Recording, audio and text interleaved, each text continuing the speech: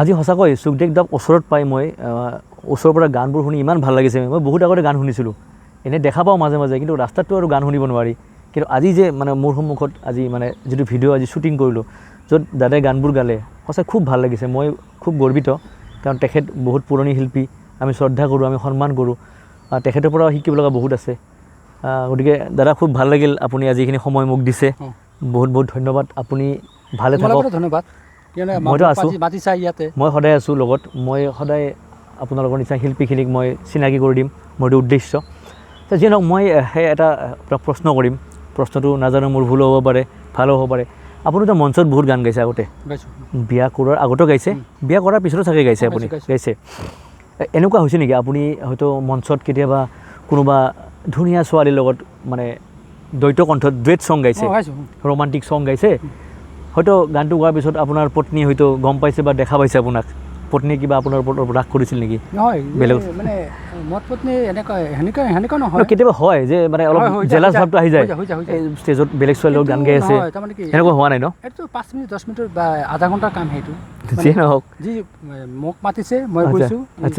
তাইক মাতিছে তাই গৈছে না সেইটো কোৱা নাই মই মানে ষ্টেজত একেলগে গাইছোঁ মানে মঞ্চত যেতিয়া গাইছে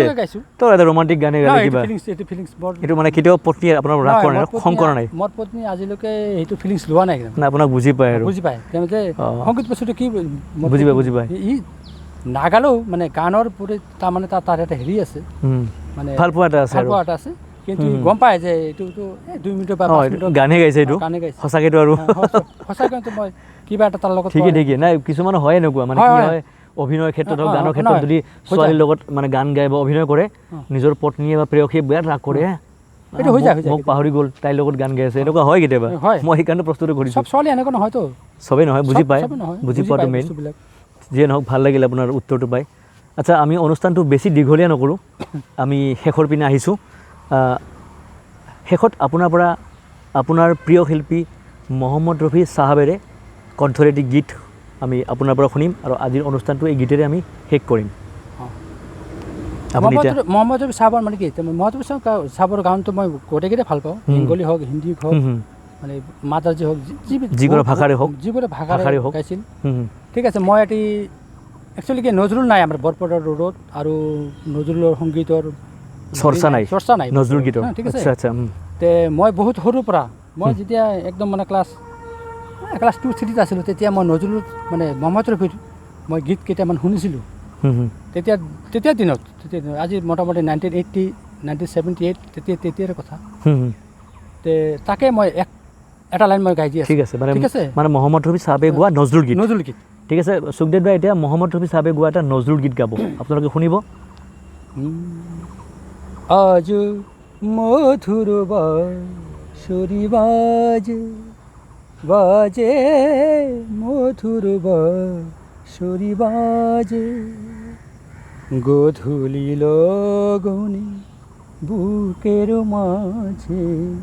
গধূলি লগনে বুকের মাঝে মধুর বাঁশরি বাজে মধুর বাঁশরি বাজে হারানো দিন বুঝি আসিবে না ফিরে মন কাঁদে কেন স্মৃতির তীরে মন কাঁদে